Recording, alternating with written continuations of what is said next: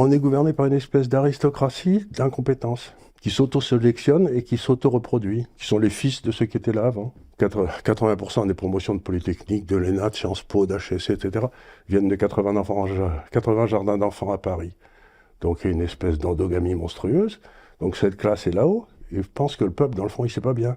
Ils sont profondément antidémocratiques, élitistes, et d'ailleurs, ils n'aiment pas le peuple. Chaque fois qu'ils le peuvent, ils vous font comprendre que le peuple, ça sent mauvais quand même, c'est pas agréable.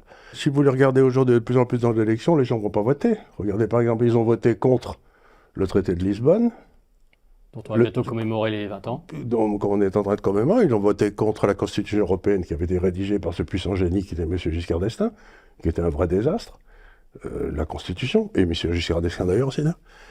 Et donc, on leur a dit, M. Sarkozy leur a dit, vous n'avez pas bien compris, donc je vais le faire passer directement par le Parlement. Ces parlementaires qui ont voté contre une volonté exprimée par le peuple, c'est une forfaiture, puisque le souverain, c'est pas le parlementaire, le souverain c'est le peuple. Le peuple s'était exprimé. Je ne comprends pas que les 3/4 des députés et des sénateurs aient voté le test de Lisbonne. Ils auraient même dû refuser d'aller siéger à Versailles. Puisque le peuple s'était exprimé, il n'y avait plus rien à dire. Ben oui, c'est-à-dire qu'on est dans une... Comme le disaient les Chinois, les poissons pourrissent toujours par la tête. La France crève de son élite. C'est évident, c'est pas une nouveauté. Hein.